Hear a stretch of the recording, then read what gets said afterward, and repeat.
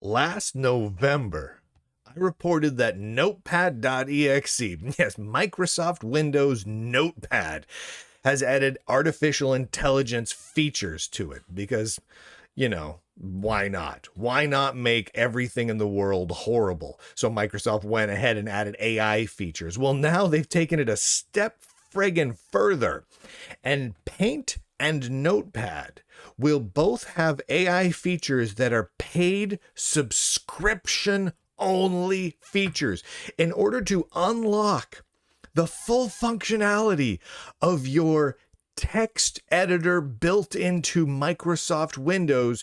You will have to pay for a Microsoft 365 subscription.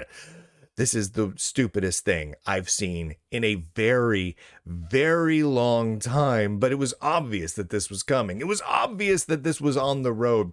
You knew it was happening. I think I even said last November, I'm like, give it time. They're going to lock all this down and make it so you have to pay to use your applications now. And voila. This reporting comes from PC World. PC World says Microsoft 365 subscription starts at $10 a month if paid monthly, or $100 a year if paid annually. You can continue to use Notepad and Paint without a subscription, but you won't get all the new features.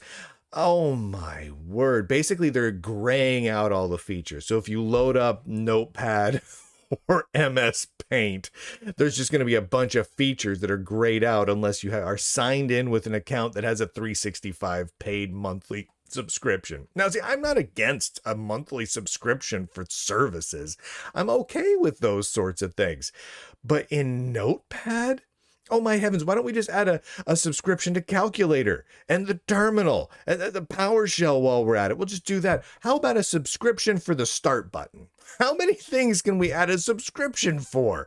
This is ridiculous. I mean, if you buy an operating system, you should have an operating system. So what exactly isn't free anymore? PC World lays it out. In Notepad, you'll still be able to spell check.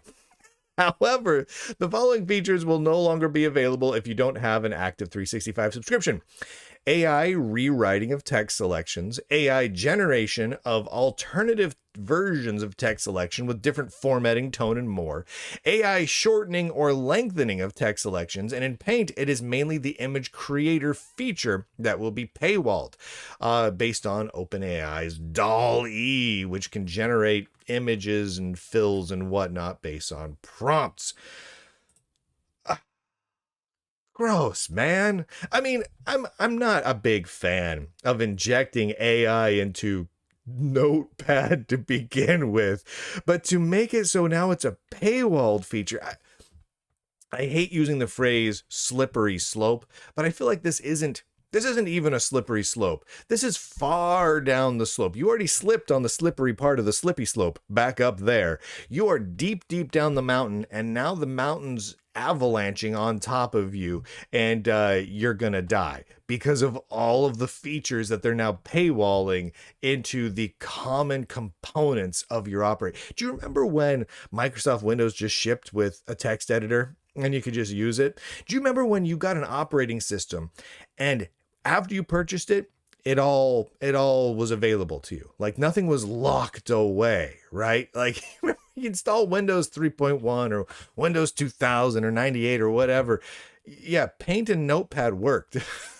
and seriously, how long? I mean, because they've already been adding at Microsoft, they've been converting GitHub, their source repository company they purchased, into an artificial intelligence company. They had a big to-do about it last year about how the future of GitHub was not source control, it was artificial intelligence, right? And they were changing the command line tools for GitHub to be all AI prompts, and they're going to be doing all this stuff.